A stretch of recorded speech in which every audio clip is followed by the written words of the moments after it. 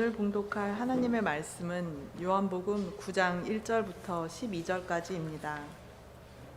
예수님께서 지나가실 때에 태어날 때부터 눈먼 사람을 보시매 그분의 제자들이 그분께 여쭈어 이르되 선생님이여 누가 죄를 지었기에 그가 눈먼 자로 태어났나이까 이 사람이니까 그의 부모이니까 하니 예수님께서 대답하시되 이 사람이나 그의 부모나 죄를 짓지 아니하였으며 다만 이것은 그에게서 하나님의 일들을 나타내고자 함이니라. 낮을 때에 내가 반드시 나를 보내신 분의 일들을 하여야 하리라. 밤이 오면 그때는 아무도 일할 수 없느니라. 내가 세상에 있는 동안에는 세상의 빛이로다 하시니라. 이렇게 말씀하시고는 그분께서 땅에 침을 뱉고 침으로 진흙을 이겨 그 눈먼 사람의 눈에 진흙을 바르시며 그에게 이르시되 가서 실로암 못에서 씻으라 하시니 실로암은 번역하면 보내어졌다라는 뜻이다. 그러므로 그가 자기 길로 가서 씻고 보게 되어 왔더라.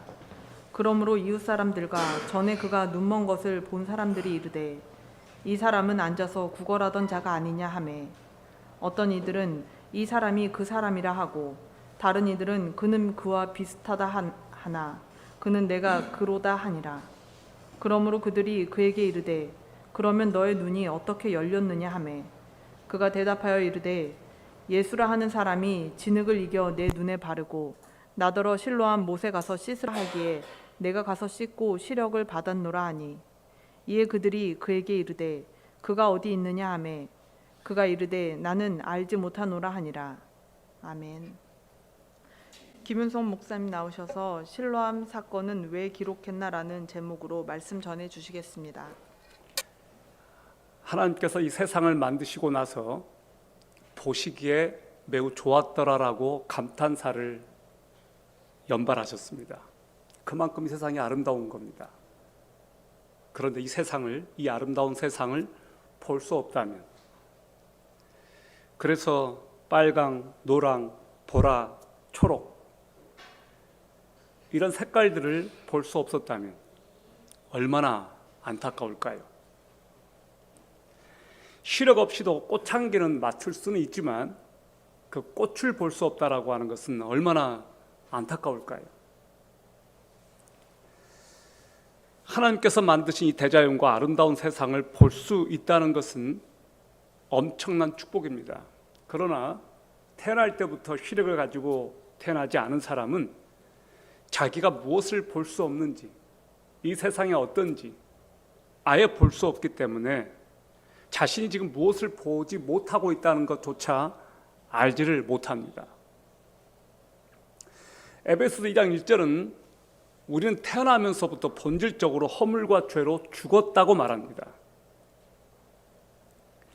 그런데 이 악한 세상에 우리가 영적인 시각 장애인으로 태어났다는 것을 바로 이 말씀은 가르쳐 줘요. 우리는 영적으로 눈먼 상태로 태어났습니다. 허물과 죄로 죽었기 때문에. 우리는 기적의 사건이 아니고서는 우리가 무엇을 놓치고 있는지조차 우리는 알 수가 없습니다. 그래서 영적으로 눈먼 사람들은 자신들이 죄인인지를 모릅니다. 하나님을 모르기 때문에 자기가 죄인인지를 몰라요. 여러분, 예수 그리스도를 알게 되면 놀라운 사실 한 가지는 I'm a sinner, 제가 죄인입니다 라고 고백하게 됩니다. 우리는 기적의 사건이 필요해요. 그 사건이 무슨 사건이냐? 빛이신 예수 그리스도께서 우리에게 잃어버린 영적 시력을 주시려고 인간의 살과 뼈를 가지고 이 세상에 오셨다는 것입니다. 그것이 성육신 사건이에요. 예수 그리스도께서 성전에서 하나님의 말씀을 가르치셨습니다. 군중이 반발합니다. 어떤 사람이 돌로 치려고도 합니다. 예수님이 그들을 피해서 성전 밖으로 나오셨습니다. 나오시자마자 예수님의 눈에 딱 들어오는 사람이 있었는데 나면서부터 시력을 잃은 한 사람이었습니다. 우리는 여기에서 한번 생각을 해볼 수 있는 게 뭐냐면 우리 눈에는 무엇이 보이냐는 거예요. 예수님과 제자들이 보는 것이 달랐던 것 같아요. 아마 그 시각장애인이 제자들의 눈에는 띄지 않았던 것 같습니다. 예수님의 눈에는 그 사람이 들어왔습니다. 뭐 눈에는 뭐만 보인다고. 우리 교회에 유명한 미용실 원장님이 계세요. 그 원장님은 사람들을 볼 때 아마 헤어스타일부터 볼 것 같아요. 제가 이렇게 딱 서면 그 원장님이 저의 아름다운 내면보다 제 헤어스타일을 볼까 봐 걱정입니다. 여러분, 진짜로 여러분이 어떤 직업을 가지고 있느냐에 따라 사람들이 조금 다르게 보이지 않을까요? 치과 의사는 아마 이가 먼저 눈에 띌 것 같아요. 예수님의 눈에는 병자가 눈에 띄었습니다. 날 때부터 눈이 보이지 않는 그 사람이 눈에 들어왔습니다. 우리는 누가 눈에 들어올까요? 우리가 어떤 사람을 볼 때 그 사람의 영혼이 보였으면 좋겠습니다. 우리도 예수님처럼 병자들의 눈에 들어왔으면 좋겠습니다. 사람들은 자기가 보고 싶어하는 것만 보려고 하는 습성이 있어요. 저는 우리가 예수 그리스도께서 보시는 눈으로 세상을 보았으면 좋겠습니다. 예수님이 보시는 그 대상을 우리도 보고 그들을 긍휼히 여기는 마음이 우리 안에 들어왔으면 좋겠습니다. 그 영혼들 때문에 마음을 쓰고 돈을 쓰고 그렇게 하지 않을까요? 가난한 사람들이 보이면 그 가난한 사람들을 위해서 시간을 들이지 않을까요? 자기 돈을 허비하지 않을까요? 예수 믿지 않는 사람들의 눈에 들어오면 그 사람에게 어떻든 예수님을 전해 주려고 하지 않을까요? 어떤 사람은 우울증 걸린 사람들이 눈에 보인다고 그래요. 자기가 우울증에 걸려봤기 때문에 그 사람들이 기막히게 보인대요. 제가 아는 목사님이 독립문역 그 근처에서 어떤 사람들에게 복음을 전하고 있습니다. 이분이 몇 년 전에 불어를 배웠습니다. 그래서 우리나라에 방문하는 그 외국인들 중에 미국인 다음으로 많이 오는 분들이 프랑스 사람들이래요. 근데 이분은 기막히게 프랑스 사람들만 거리에서 보인다는 거예요. 프랑스 사람들이 딱 보인다는 거예요. 얼마 전에 그 목사님과 함께 설악산에 갔었어요. 권금성에 올랐습니다. 근데 우리는 딱 보았을 때 이 사람 미국 사람인지 프랑스 사람인지 구별이 안 되는데 이분은 기막히게 프랑스 사람이 눈에 딱 보이는 거예요. 그래서 말을 거는 거예요. 진짜 프랑스 사람인 거예요. 놀랬습니다. 정말로 프랑스 사람이었어요. 쇼 이렇게 얘기하는데 너무 잘해요. 와, 진짜 기막히더라고요. 목사님 어떻게 해서 그 프랑스 사람들만 보이느냐? 그냥 보인대요. 그냥 보인대요. 너무 좋아한대요. 프랑스 사람. 어떻게 한국에서 영어는 많이 쓰는데 그래도 외국인들이 그래도 한국 사람들이 근데 프랑스 말로 자기가 이렇게 하니까 너무 신기하고 그래서 마음을 연다는 거예요. 그리고 식사 초대를 하면 거의 100% 이렇게 식사 초대 응한대요. 여러분에게는 어떤 사람들이 눈에 띄세요? 아프리카 사람? 동남아 사람? 멕시코 사람? 예수 믿지 않는 사람들이 눈에 띄었으면 좋겠네요. 자, 여기 이제 예수님과 제자들의 대화를 한번 들어보면 우리가 첫 번째 하나 발견할 수 있는 것이 있습니다. 첫 번째, 오늘 제가 여러분하고 나누고 싶은 첫 번째 핵심은 신앙은 관점을 바꾸는 겁니다. 운명론은 나를 향한 하나님의 계획을 못 보게 만들어요. 그래서 저와 여러분들이 오늘 예수를 믿는다는 게 뭔가 그 관점을 바꾸는 거예요. 관점을 바꾸는 거. 예수를 믿으면 인생관이 달라지고 세계관이 달라집니다. 그리고 달라져야 합니다. 예수 믿기 전에 인생관 허무주의, 실존주의, 염세주의였다면 예수를 믿고 난 사람의 다음의 인생관은 희망으로 바뀌어야 되지 않을까요? 삶은 가치 있는 것다라고 바뀌어야 되지 않겠어요? 내 삶은 하나님의 축복이고 선물이다라고 바뀌지 않아야겠습니까? 자, 요한복음 9장 1절에서 3절까지 보시죠.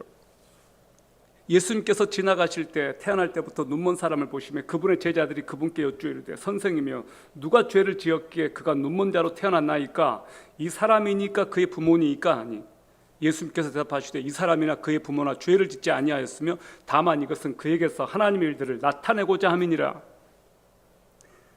제자들이 예수님께 말합니다. 이 사람이 이렇게 태어난 게 누가 죄를 지었길래 눈먼 자로 태어났습니까? 이 사람이 부모 때문입니까? 이 사람 때문입니까? 그러니까 이것은 그 당시 유대주의적 사고를 알게 해주는 거예요. 이 사람들이 제자들입니다. 예수님을 따라다니고 있습니다. 그런데 이 사람들은 예수님의 사고방식을 가지고 있지 않았습니다. 그 당시 유대인들이 가지고 있는 사고방식을 가지고 있었는데 장애로 태어난 사람들은 다 그 부모나 조상들의 죄 때문에 그렇게 됐거나 본인이 죄인이거나. 그래서 예수님께 이렇게 말한 겁니다. 누구 죄 때문인가요? 부모 때문입니까? 이 사람 때문입니까? 그러니까 예수님께서 뭐라고 말씀하십니까? 그의 부모나 그 사람 죄 때문이 아니다. 하나님께서 하시려고 하는 일을 보여주려고 그렇게 한 거다라고 말했습니다. 제자들이 전혀 전에 들어보지 못했던 그 말을 한 거예요. 그러므로 우리가 어떤 사람을 볼 때 함부로 평가하지 말아야 될 것이 바로 이거예요. 저 사람이 저렇게 불행한 것은 그 부모 때문이 아니야? 저 사람 뭐가 잘못했으니까 저렇게 된 거 아니냐고. 어떤 사람이 큰 사고를 당했습니다. 아, 저 사람이 지금 굉장히 무슨 크게 하나님께 뭐 잘못해서 저렇게 됐나 보다. 이렇게 쉽게 판단하지 말아야 되는 이유는 바로 이 말씀 때문이에요. 그 사람 잘못이 아니라는 겁니다. 그 부모 때문도 아니라는 거예요.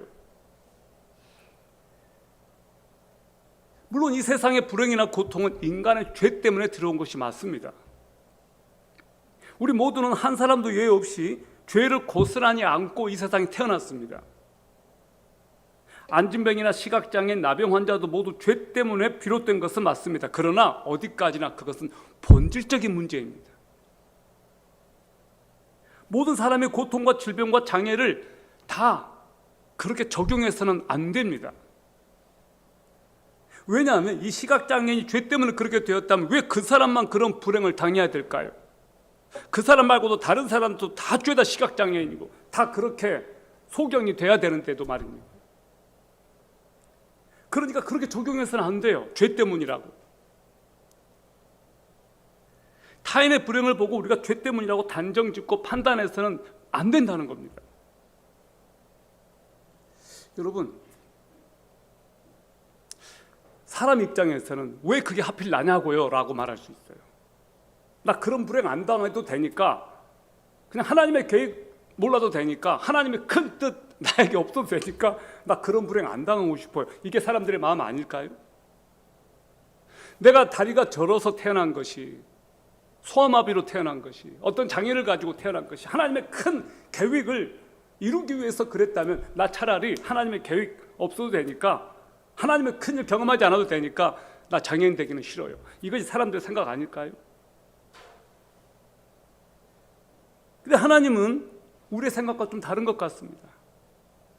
고난은 해석의 문제예요. 설교 준비를 하다가 이런 글을 읽었습니다.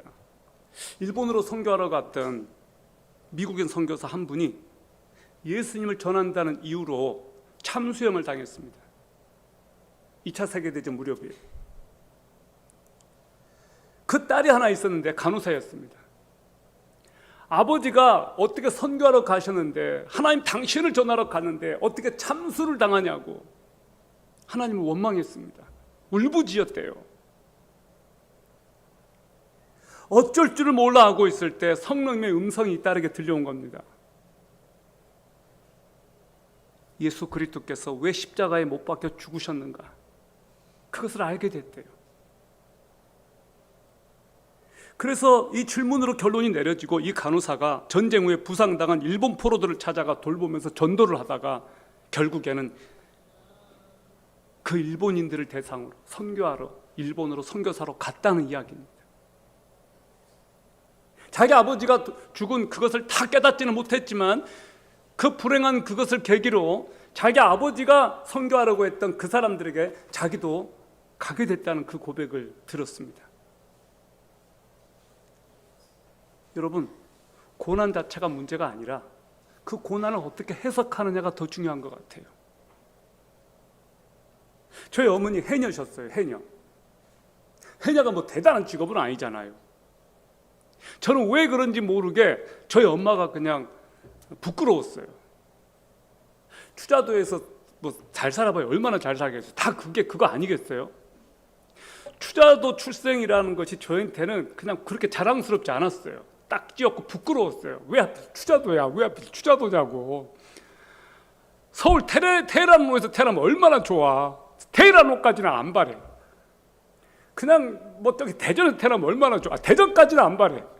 그냥 저기 하다못해 조금 나은 제주시에서 태어나면 얼마나 좋아. 왜 하필 추자도냐고요. 근데요, 제가 예수를 믿고 나서 바뀌니까 우리 엄마가 해녀했다는 것이 너무너무 좋은 거예요. 너무 좋은 간증거리가 되는 거예요. 좀 먹어주잖아요. 우리 엄마 해녀였고 추자도 출신이라고. 추자도라고 하는 게 너무너무 좋은 거예요. 전에는 그렇게 부끄러웠던 이름, 추자도. 전에는 그렇게 부끄러웠던 우리 엄마가 너무 고마운 거예요. 우리 엄마 아빠가 만나서 어떻게 이렇게 사랑을 나눠서 제가 추자도에 태어난 게 너무너무 고마운 거예요. 예수를 만나면 부끄러운 과거가 다 간증이 돼요. 여러분이 지우고 싶은 어떤 사건, 여러분이 너무너무 고통스러운 그런 사건들이 하나님을 만나게 되면 합력하여 선을 이루는 역사가 되는 거예요. 우리에게는 불행하게 보이는 그 사건, 감추고 싶은 그 이야기, 장애로 태어난 그것들이 놀랍게도 하나님을 만나게 되면 다 하나님의 큰 역사가 되고 하나님을 전하는 수단이 돼요. 여러분, 고난 자체가 문제가 아닙니다. 똑같은 고난인데도 그 어떤 사람들에게는 그것이 축복이 되고 어떤 사람에게는 저주가 돼요. 그래서 결국 중요한 것은 하나님을 만나는 것이 중요해요. 하나님 안에서 해석이 안 되면 모든 것이 너무 다 힘들어져요. 너무너무 고통스러워져요. 왜 나에게 이런 일이 일어났을까? 왜 이런 일이 나에게 일어나지? 왜 내가 이런 환경에서 태어났어야 되지? 왜 나에게 이런 억울한 일이 터지지? 하나님께서 살아계시다면 어떻게 이렇게 불공평한 일이 일어나지? 이 모든 것들이 내가 왜 이런 고생을 해야 되지? 바로 이런 것들이요, 놀랍게도 하나님을 만나면 해답이 나와요.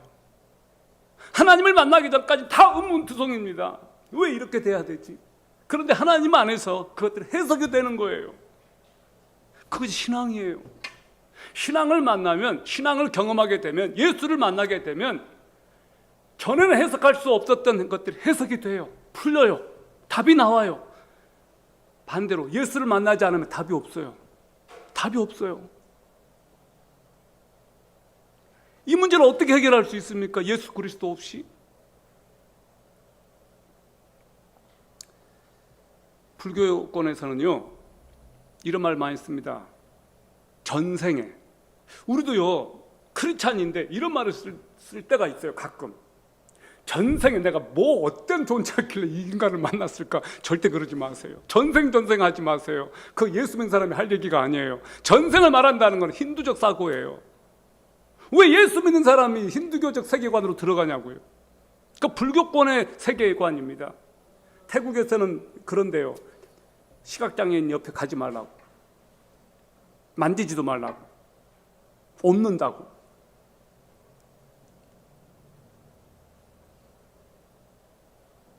장애인으로 태어나면 전생에 죗값을 치른다고 그 사람도 그렇게 생각을 해요.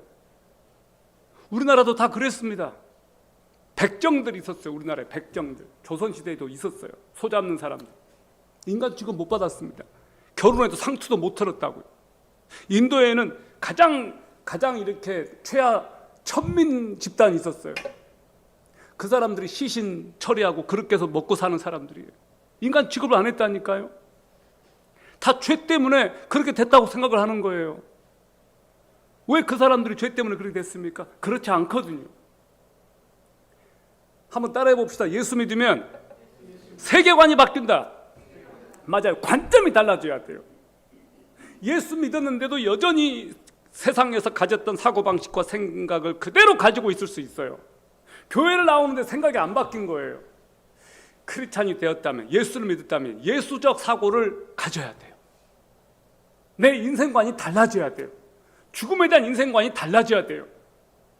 믿지 않는 사람들에게 예수 믿기 전에 죽음은 두려운 거예요. 그러나 믿는 우리들에게는 죽음은 예수 그리스도를 만나는 문이에요. 죽음은 우리들에게 하나님을 진짜로 만나게 되는 축복이에요. 선물이에요. 그러니까 죽음이 두렵지 않게 되는 거예요. 정말로 예수 믿는 사람들은 죽음이 두렵지 않은 사람들이에요. 죽음을 뛰어넘은 사람들이에요. 왜? 예수 그리스도께서 나는 부활이요 생명이니 나를 믿는 자는 죽어도 살겠고 살아서 나를 믿는 자는 영원히 죽지 아니하리라 그랬기 때문에 사람들은 다 죽음을 두려워합니다. 그러나 죽음을 딱 두려워하지 않는 사람들, 크리스찬들, 예수 믿는 사람들, 우리가 죽음에 벌벌 떨면서 어떻게 복음을 전할 수 있습니까? 내가 죽음을 극복하지 못하면서 어떻게 사람들에게 기뻐하라고 말할 수 있습니까? 세상은 다 죽음을 두려워한다고요. 죽기 싫어서 저렇게 건강에 신경 쓰고, 죽기 싫어서 좋은 약 쓰고, 죽기 싫어서 산소 막 많이 나오는데 막 들어가고 그런 거 아니에요. 전 여러분의 얼굴에서 죽음의 그림자가 보이지 않은 것을 굉장히 기쁘게 생각합니다. 이곳에 오신 분들 보니까 희망이 보여요. 여러분의 눈이 초롱초롱해요. 두 번째, 예수 그리스도는 세상의 빛이십니다. 요한복음 9장 4, 5절을 보세요. 낮일 때 내가 반드시 나를 보내신 분의 일들을 하여 하리라. 밤이 오면 그때는 아무도 말할 수 없느니라, 일할 수 없느니라. 내가 세상에 있는 동안에는 세상의 빛이로다 하시니라. 예수님은 제자들의 잘못된 신앙을 바로 잡아주셨습니다. 그리고 자신이 무엇 때문에 세상에 오셨는지 말씀하십니다. 내가 반드시 나를 보내신 분의 일을 하여야 되겠다. 밤이 오면 그때는 아무도 일할 수 없다. 내가 세상에 있는 동안에는 세상의 빛이다 라고 선포하셨어요. 예수님은 당신께서 세상에 와 계실 때를 낮이라고 말씀하셨습니다. 내가 낮 동안에는 하나님의 일을 해야 되겠다. 낮 동안에 어두운 세상을 밝히는 빛을 드러내야 되겠다. 이것이 예수님의 미션이었어요. 여러분, 예수 그리스도는 왜 소경을 고쳐주셨습니까? 예수 그리스도는 누구십니까? 왜 이 땅에 오셨습니까? 소경의 영적 눈을 뜨게 한 사건이 바로 예수 그리스도께서 이 땅에 오신 사건이에요. 그 소경의 눈을 뜨게 해줌으로써 어둠에서 빛으로 안내를 해줌으로써 그에게 영원한 빛을 주기 위해서 예수님께서 오셨습니다. 예수님께서 오신 목적을 한 번 더 보여주려고 이 소경의 눈을 뜨게 한 거예요. 요한복음에는 예수 그리스도께서 행하신 표적, 사인 7개가 등장해요. 소경의 눈을 고친 이 사건은 6번째 표적이었습니다. 모두가 다 일관된 목적이 있었으니 그 목적은 뭐냐? 예수가 하나님이시다. 예수가 하나님의 아들이시다. 그것을 보여주기 위한 거예요. 영적으로 소경되었던 저와 여러분의 눈을 떠서 예수 그리스도의 빛을 보게 하기 위해서 예수님께서 이 땅에 오셨습니다. 할렐루야! 그것을 믿으셔요. 얼마나 놀랍습니까? 이제 6, 7절을 보시기 바랍니다. 이렇게 말씀하시고는 그분께서 땅에 침을 뱉고 침으로 진흙을 이겨 그 눈먼 사람의 눈에 진흙을 바르시며 그에게 이르시되 가서 실로암 못에서 씻으라 하시니 실로암은 번역하면 보내어졌다라는 뜻이라. 그러므로 그가 자기 길로 가서 씻고 보게 되어 왔더라. 만약에 여러분이요 시각장애인이 아니고 눈을 뜬 사람인데 예수님이 해가지고 이렇게 막 진흙 섞어서 바르고 왔다. 그러면 어떻게 하시겠어요? 아, 나 싫어요. 아, 너무 더러워요. 그럴 겁니까? 모르겠어요. 예수님이 이 사람이 눈이 안 보이니까 그렇게 하셨는지도 모르겠어요. 왜 이렇게 하셨는지는 모르겠어요. 이게 예수님의 루틴인지는 모르겠어요. 다른 장애인들 고칠 때 이렇게 하지 않으셨거든요. 근데 이 사람에게만 그렇게 하셨어요. 체액을 바르셨고 진흙을 발라주셨고. 이것이 무슨 미신적 행위는 아니었습니다. 근데 어쨌든 예수님께서 이렇게 하셨어요. 왜 하셨는지는 모르겠어요. 천국 가서 물어보셔요. 왜 그때 그러셨냐고. 근데 놀랍게도 이 사람이 시력이 회복됐어요. 예수님께서 만져주셨어요. 터치하셨어요. 눈을 떴습니다. 실로암이라 뜻 뭡니까? 보내어졌다. 실로암에 가서 씻어. 실로암이 갔습니다. 씻어졌습니다. 이 사람도 놀랐고 그 사람을 부축해서 데리고 갔던 사람도 놀랐을 것 같아요. 누가 데려가지 않았겠어요? 혼자는 못 갔으니까. 부축해서 갔던 사람들이 이 사람이 눈을 뜬 거 보고 다 놀랐습니다. 태어날 때부터 아마 이 사람이 청년은 아니었을 것 같아요. 최소한 30, 40대 이상 되지 않았겠습니까? 근데 이 사람이 고쳐지고 나서 어떻게 했냐? 예수님께 돌아와서 사례를 했습니다. 감사하다고. 이 사람은 시킨 대로 순종을 했고 예수님께 와서 예수님께 감사의 표현을 했어요. 믿음은 이성을 초월해요. 우리가 이성적으로 한다고 해서 다 되는 것 아닙니다. 어떤 것은 믿음으로 해야 되는 것이 있어요. 이 사람 믿음으로 했어요. 믿음으로.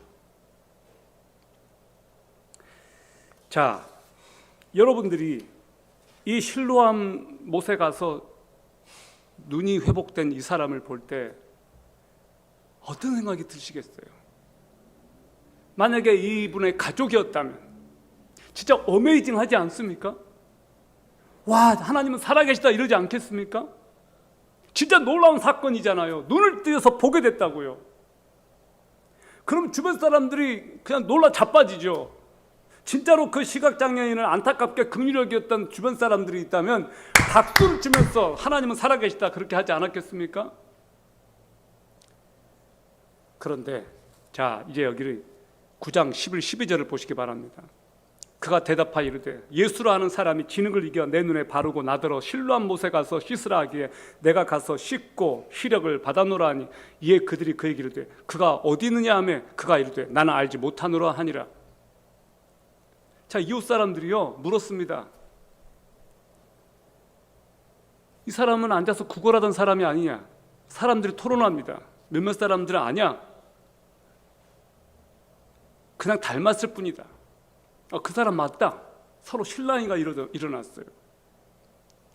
그가 대답합니다. 예수라고 하는 사람이 나에게 와서 내 눈에 진흙을 바르고 실로암에 가서 씻어라 그렇게 말씀하셨어. 그래서 내가 가서 씻었더니 이렇게 볼 수 있게 됐어.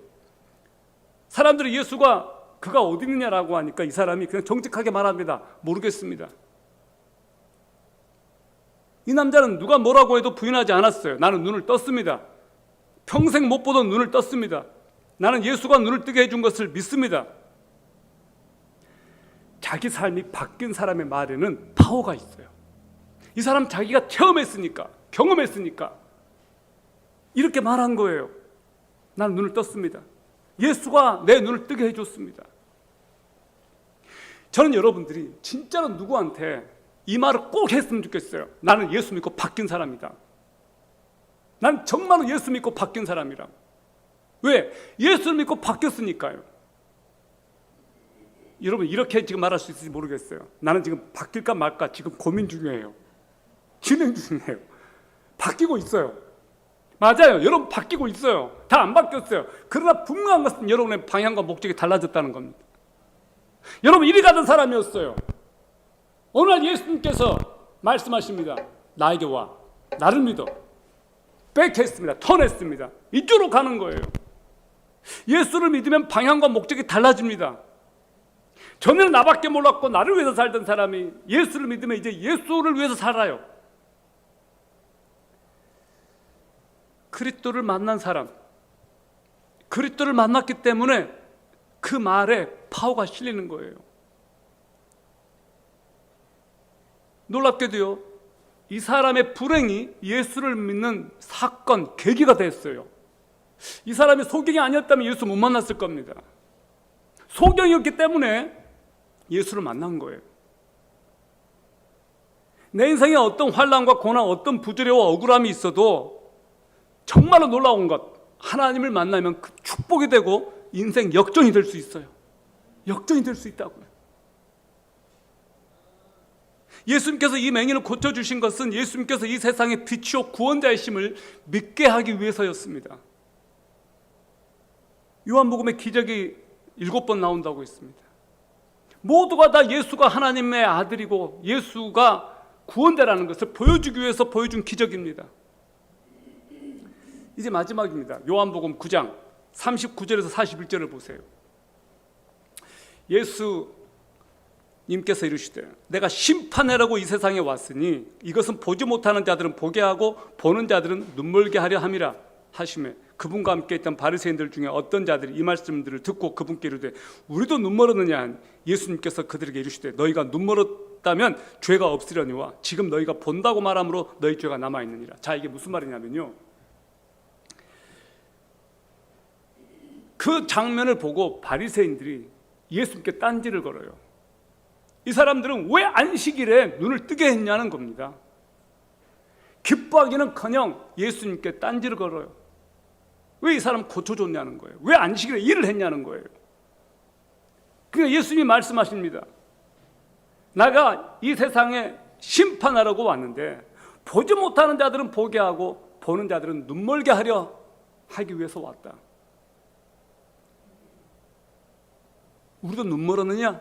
바리새인들이 말하니까 예수님께서 너희가 눈멀었다면 죄가 없으려니와 너희가 본다고 말하니까 너희 죄가 남아있다라고 말씀하셨어요. 이거 무슨 말이에요? 예수님을 영접한 사람들은요, 심지어 육신의 눈은 멀어도 영적으로는 눈을 뜨게 됩니다. 그러나 예수님을 거역하는 사람들은 육신의 눈은 떴지만 영적으로는 소경입니다. 영적으로 본다는 것은 무슨 말일까요? 예수가 하나님의 아들이심을 믿는다는 거예요. 그게 영적으로 본다는 거예요. 불행하게도 이 세상에는 눈은 떴지만 영적인 소경들이 거리마다 도시마다 얼마나 많은지 모릅니다. 아름다운 세상을 보고 감탄하고 SNS에 올리고 유명 유튜버들 얼마나 그렇게 많이 합니까? 경이로운 이 세상을 보면서 그냥 자연 속에서 감탄하잖아요. 그래서 여행을 많이 다닙니다. 그런데 놀라운 것, 그 자연을 보고 감탄을 하는데 그것을 만드시던 하나님을 만나지를 못하니까 자연 자체로만 감탄하는 거예요. 하나님을 못 믿는 거예요. 그것을 만드신 하나님이 얼마나 위대하신 분인지. 하나님을 못 믿으니까 그냥 그 자연 속에서만 감탄하고 여기저기 다니는 겁니다.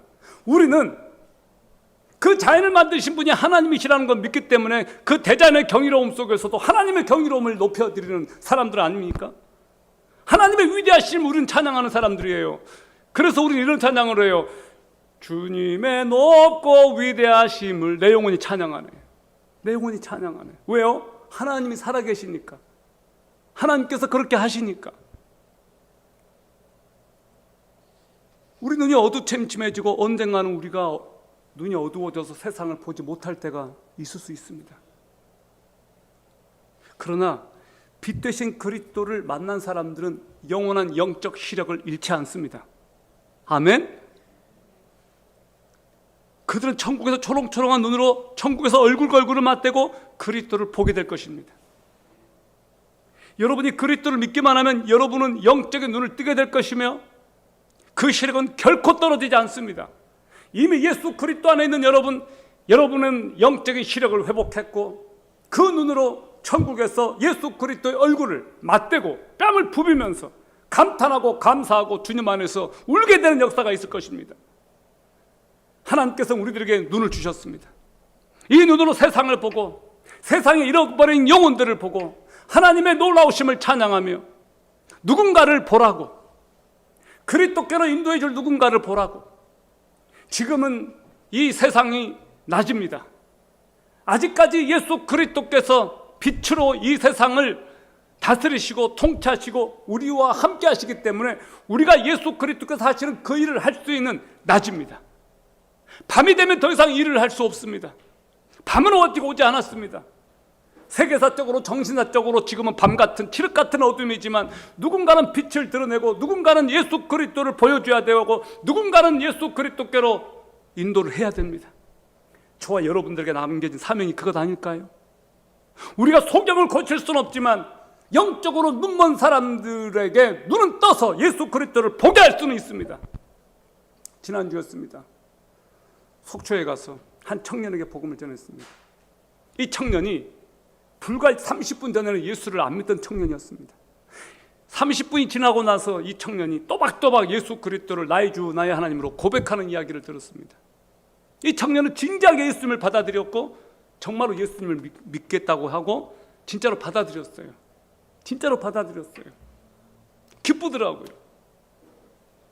여러분, 예수 그리스도의 복음을 전하라고 제가 지금 여러분에게 강요하거나 그런 건 아닙니다.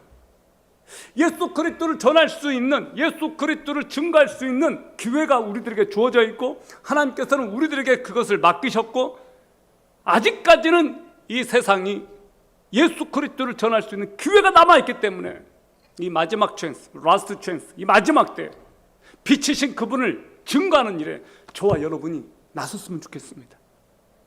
빛 되신 예수 그리스도께서 우리의 눈을 떠서 예수님을 보게 해주셨다면 다른 사람들도 예수님을 보게 할 수 있기를 바랍니다. 그리고 영적으로 소경되어서 영원한 영원한 흑암, 영원한 지옥에 갈 수밖에 없는 그 사람들, 마지막까지 기회가 주어져 있다는 것을 우리는 알고 있습니다.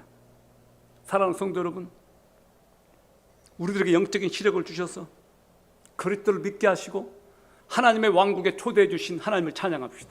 할렐루야. 그분의 이름을 높여드립시다. 찬양받게 합당하신 그분의 이름을 높여드리고 이 아름다운 세상을 만드시고 우리들에게 예수 그리스도를 알게 하시고 영원한 빛의 나라로 우리를 인도하실 하나님을 찬양합시다. 그리고 우리 주변에 있는 사람들이 이 영원한 영광의 빛 예수 그리스도를 만나도록 합시다. 그들이 지옥에 가지 않도록 그들을 주님께로 인도합시다. 그 영혼들을 놓고 기억하고 긍휼히 여겨 달라고 하나님께 구합시다. 살아계신 아버지께서 저와 우리와 함께 하심을 믿습니다.